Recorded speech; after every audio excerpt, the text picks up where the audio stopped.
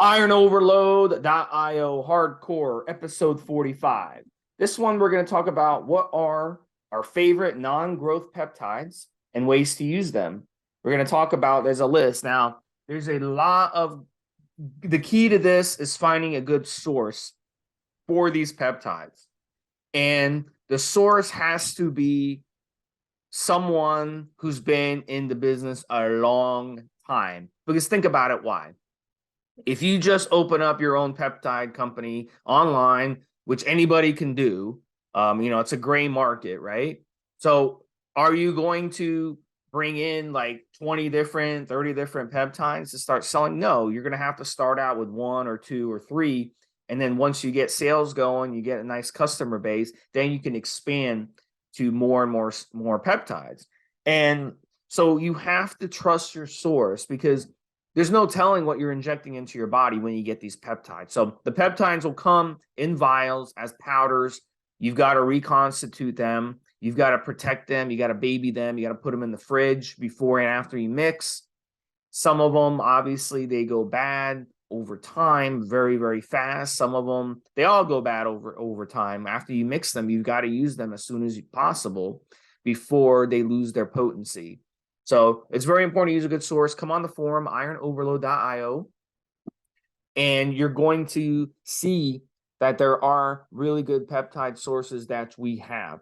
So without further ado, let's kind of go over the list. Now, there's really 4 of the more popular peptides, and we're going to kind of dive into them, but we're also going to talk about some other peptides that are out there that you may have not heard about and that, are really, really interesting to kind of take a look at. But we're going to talk about the non-growth peptides on this episode.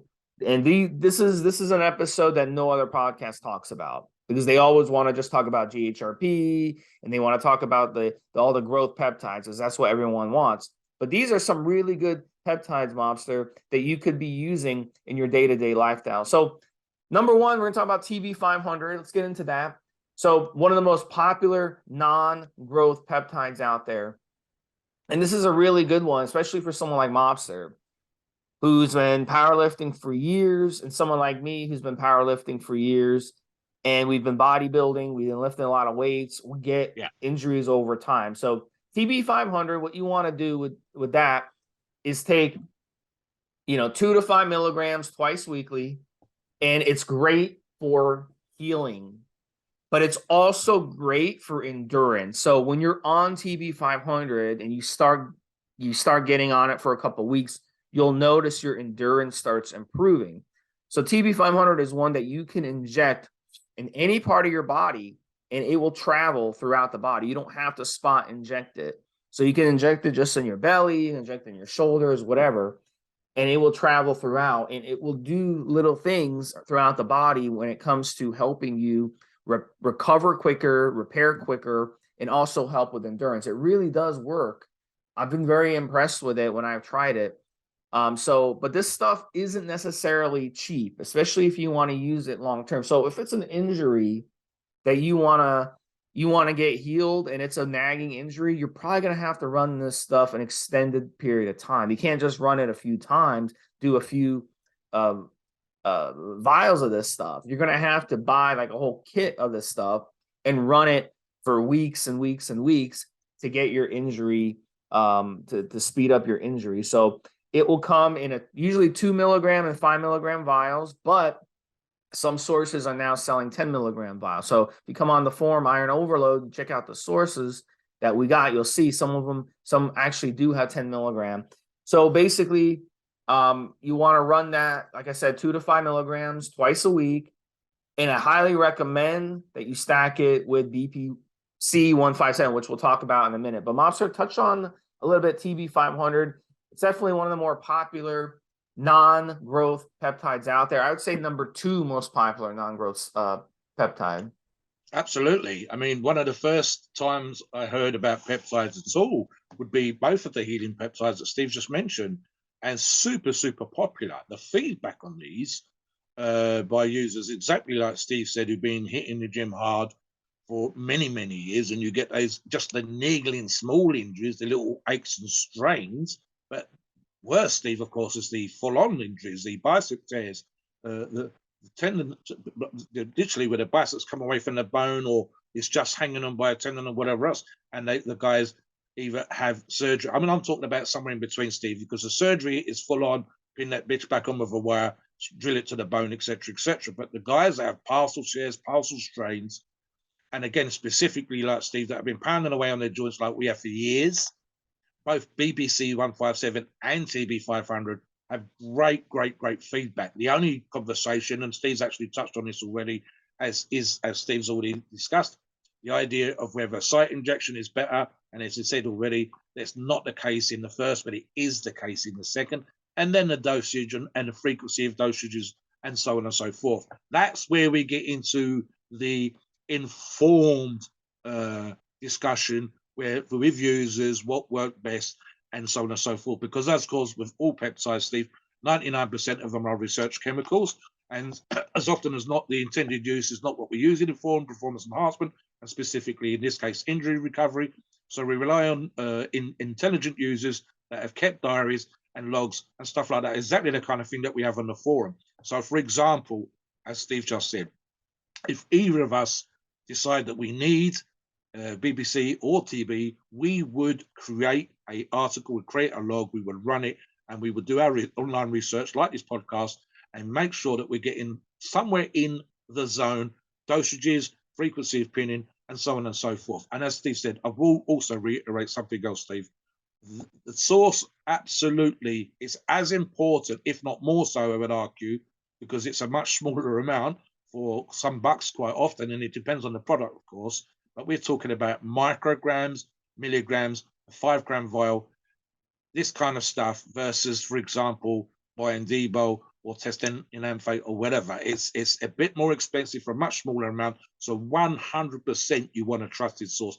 And especially when you're dealing with, and we will touch on a couple today, the peptides that some of you guys have never heard of. So like Steve said, we start with GW as a sum, and then we go on the peptide section and we find peptides we've never heard of. I want to know 100% I can trust the company that's provided me with exactly stuff like that. So I'm looking for, and we've talked about this on previous shows, certificates of analysis. I'm looking for feedback. I'm going to ask my buddies on the forums. I'm going to double check with them, whether it's Steve or anybody else that might have already used something like this, said, what was it like? What was it like dealing with this company? How did it arrive? And so on. And then one final thing I want to touch on is that something Steve's covered already. We've discussed this when we've talked about all the peptides in the past in a general way, super sensitive for preparation and storage. So make sure. We had a thread just yesterday, Steve, on one of the forums about some product that it had been kept where it was hitting 80 degrees Fahrenheit. Guys, it's expensive. It's fragile because it's a peptide. It's more fragile than painkillers that you get over the counter. You need to mix it properly. You need to make sure you're mixing it in the right way, in the proper solution, and you need to inject it properly. For all those kind of procedures, and especially keep it in a cool, dark, dry place. Typically, and we've seen this, funny enough, on videos, in the top shelf of your fridge, because it's sensitive to heat, because it's sensitive to light. You want to get the most out of your product. You want to get the best healing benefits in this particular case for these two. So make sure to follow the instructions. And again, we cover this in other podcasts. There are videos on the Evo channel, and of course, you can come onto our IO, etc. forums and double check with the guys, and we'll hit you up with the information you need. Back to you, Steve. Next one we're going to talk about, this is the most popular selling peptide that's a non-growth, and that's BPC 157. So this one, you want to run this one 200 micrograms, and you can inject it just like TB 500. Obviously, you can sub-Q inject it. You don't have to inject it into the muscle. But with BPC 157, it really is advantageous for you to, when you are injecting the 200 micrograms, to inject it as close to the injection site as possible. So if you've got a bad shoulder, for example, I like to use a 25 gauge needle and load it up with like 400 micrograms and then go deep into that shoulder and try to get as close to that injury as possible. Now, if you've got a torn shoulder, let's be honest. I mean, if your shoulder is torn, is injecting some BPC into your shoulder gonna heal a completely torn off shoulder that requires surgery? No. But if you've got a slight tear in your shoulder where it's inflamed all the time and you have a hard time lifting, your arms up in the air some days, especially after a workout. So you got a little tear in there and you want to speed up the recovery in conjunction with rest. So you want to take this daily into your shoulder. So again, just like TB500, it can get expensive because each vial usually comes in 5 milligrams.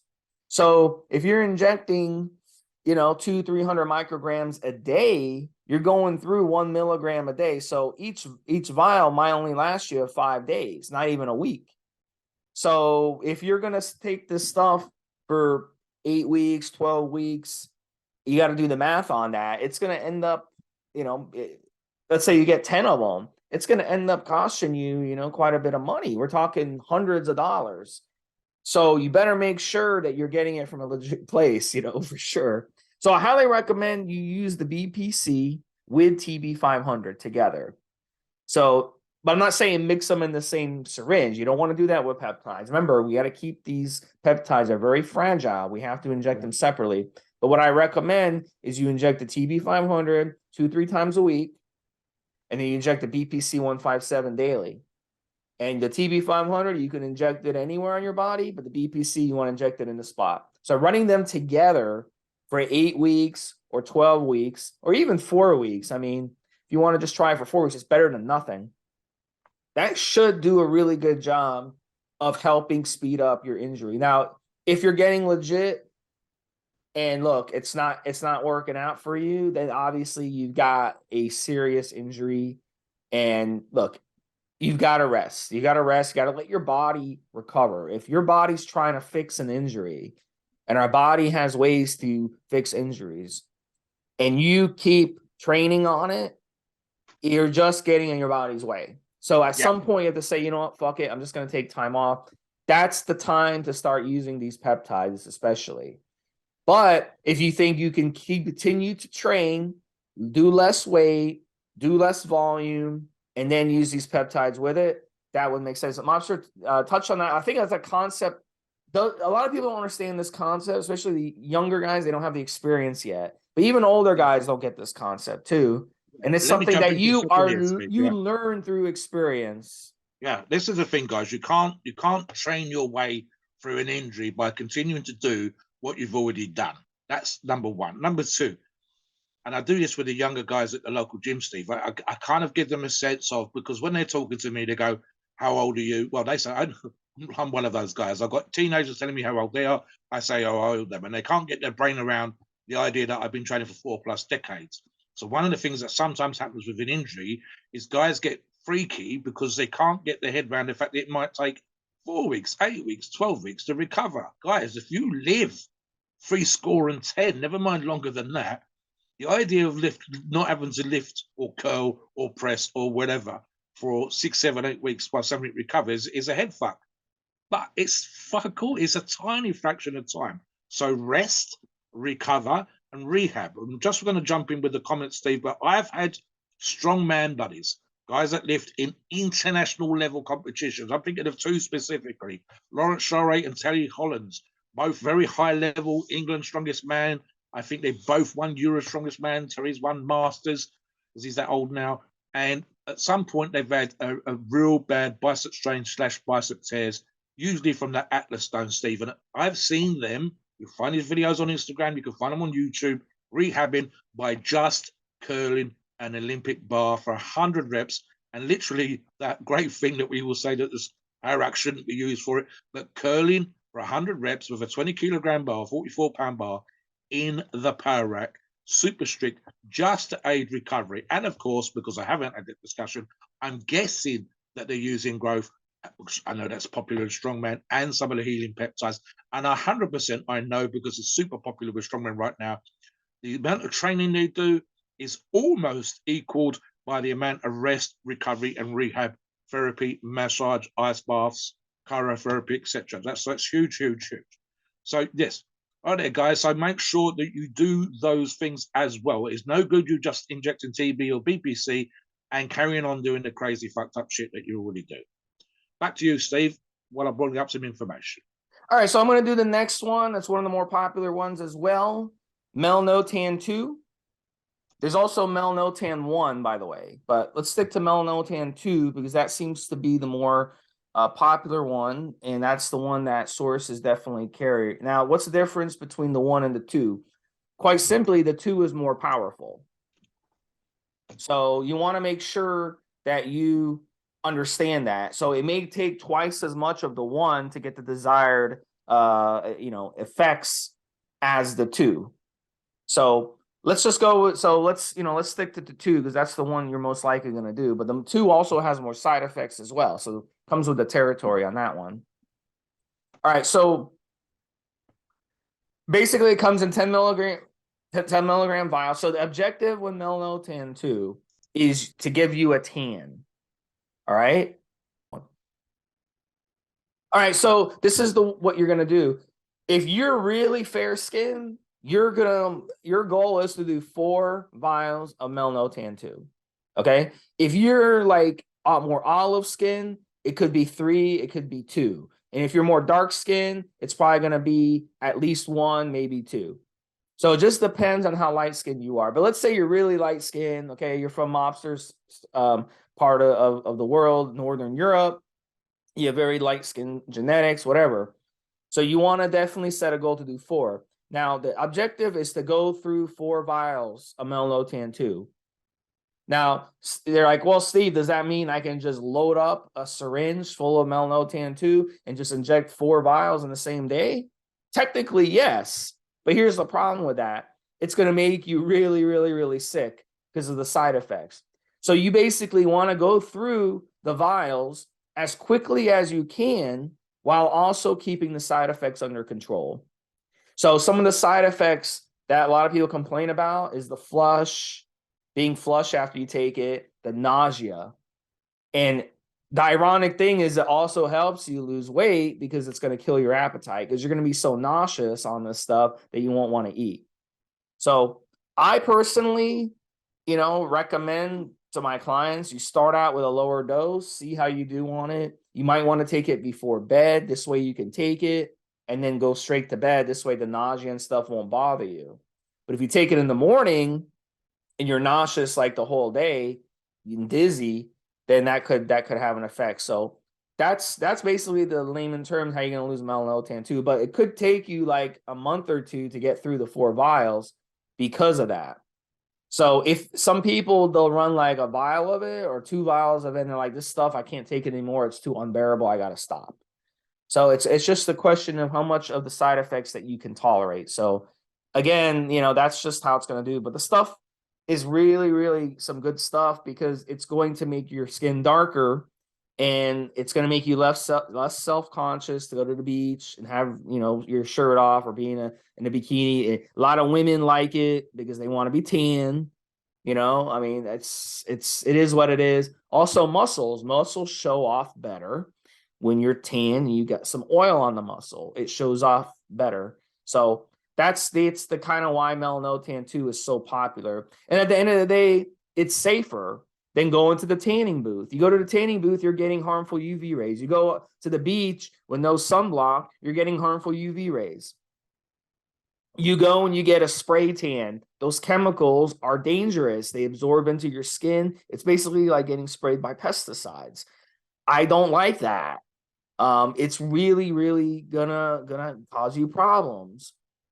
So you're gonna open yourself up for skin cancer with tanning beds and with tanning outside, and you're also going to open yourself up for other illnesses by getting sprayed with toxic chemicals. So I don't like that shit. Melanotan 2 is excellent because it's not going to be dangerous for you. As long as you're using legitimate melanotan, it is much less dangerous and much safer. And it's also going to help you because when you take it, you should, over the next hour or 2, go outside and get sun because that will help it work better. But it's going to work as a sunblock when you do that. So it's a double benefit where it's going to actually prevent the damage from the sun.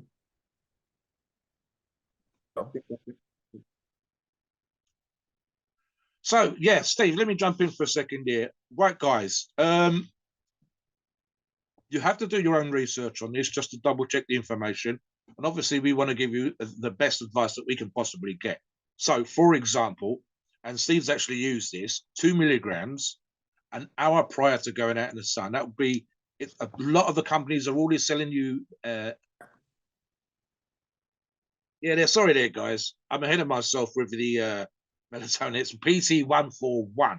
Now, this is one of those. I read about this a couple of years ago, funny enough, on the forums, guy, and we were having a conversation about sex drugs specifically. So you get the usual, Steve, Cialis, Viagra, testosterone booster, looking after your own health, making sure you're not crazy with the cycles, etc., etc. But I actually discussed this in a previous podcast where what I suggested, if you want to know what crazy sex drugs you can do to enhance things like, I think it's reaction time, which is the time between one erection and the next one, and so on and so forth.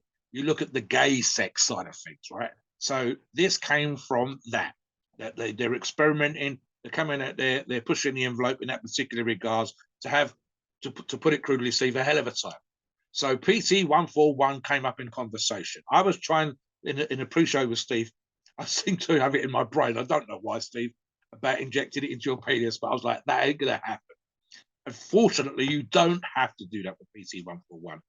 2 milligram dose, effective both for men and for women, for enhancing things that it needs to enhance and blood supply, and of course, it's basically, put it crudely, Steve, to get you horny 1 hour before sexual activity. You might, and we talk about this with other peptides and stuff like that, and it's literally, and I've actually said this with regards to all performance enhancements, Steve, go in a low dose. So, for example, a single milligram test dose, just to see how you feel, how you respond. I don't know about you, the very first time I took Viagra, I had that whole blocked up nose thing full blown. And I know, for example, some people was even getting a tint to their vision. And that can freak you the fuck out when you've taken, especially if you're buying something off the internet. So this doesn't happen with PT141, but I'm just giving you that as an analogy. So by all means, try a lower dose just to see how you get on. But typically, those people that have tried and feel that they're going to be okay on it, 2 milligrams, 1 hour before sexual activity. Highly regarded, Steve, seriously, and sub-Q as well, guys. So you do not have to inject it into your sexual organs, thank Christ. I'm not putting a needle anywhere near there unless I absolutely have to.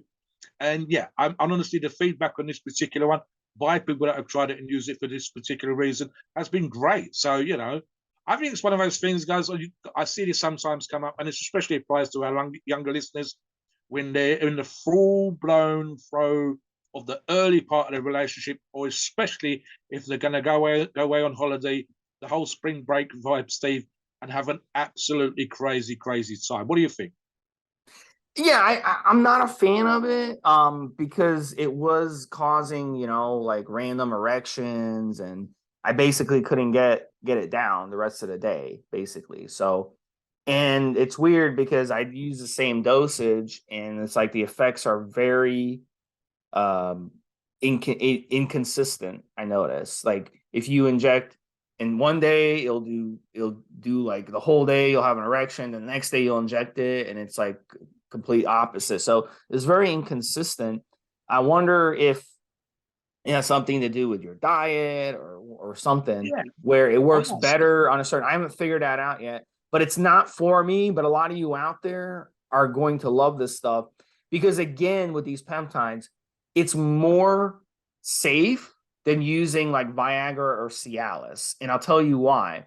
Because Viagra and Cialis, they do have effects when you mix them with the wrong thing. Like if you mix Viagra or Cialis with alcohol, you can get yourself in big trouble. If you mix Cialis and Viagra with other types of drugs, it's also can be dangerous for the heart. It can cause other side effects. It can make you sleepy. There's a lot of negative side effects when it comes. A lot of guys who take Viagra, they get very sleepy afterwards.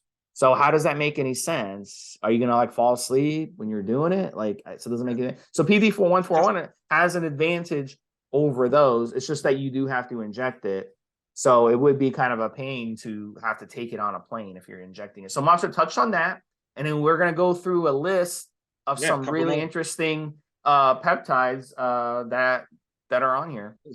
There's so many, Steve. Honestly, I tell you what it is when it comes to sex drugs, Steve, and this is kind of like one of those great ironies, and I think this applies to men and for women, Steve. When it comes to sex and how we think and how we feel, sleep can make a difference. What's the classic thing that happens when you are in a relationship? You will find, and this applies to men, women that might not have looked at you, looking at you because you're out with another attractive woman. So they're saying, why he with her, but she might not have considered you if you were walking down the road on your own.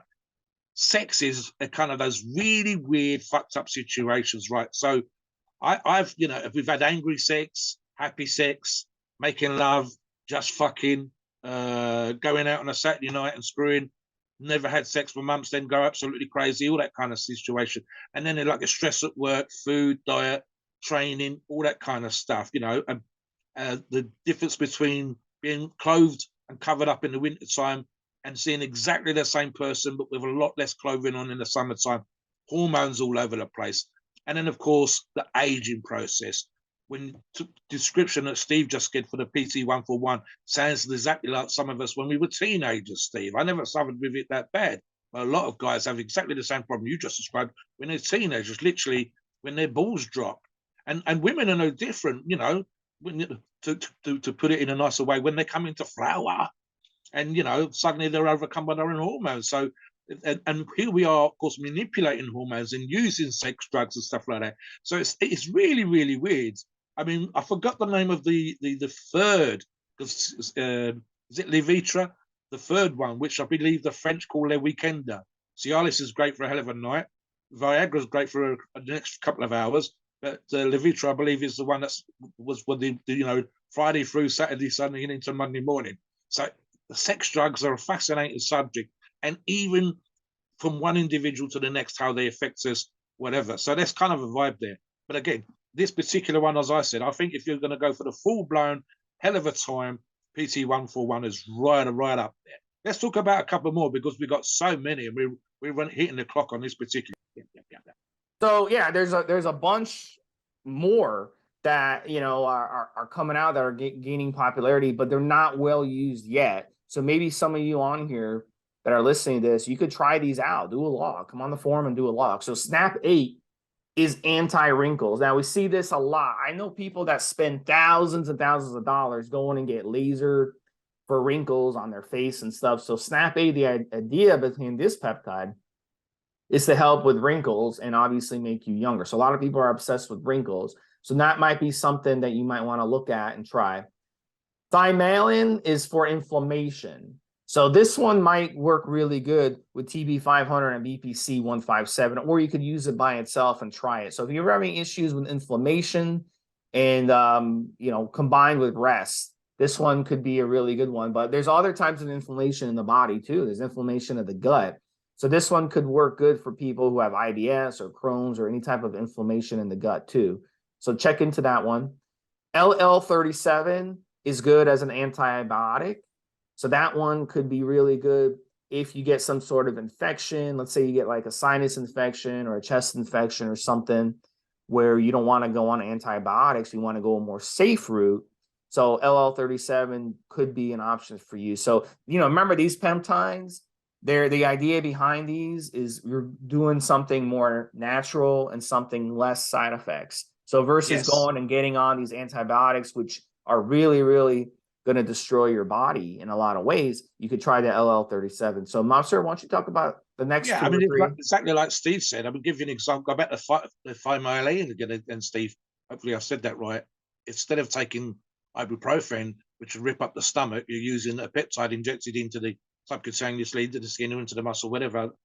Bearing in mind, of course, where we're causing inflammation with training and other things that we do in life, as opposed to ripping up our stomachs with strong anti-inflammatories.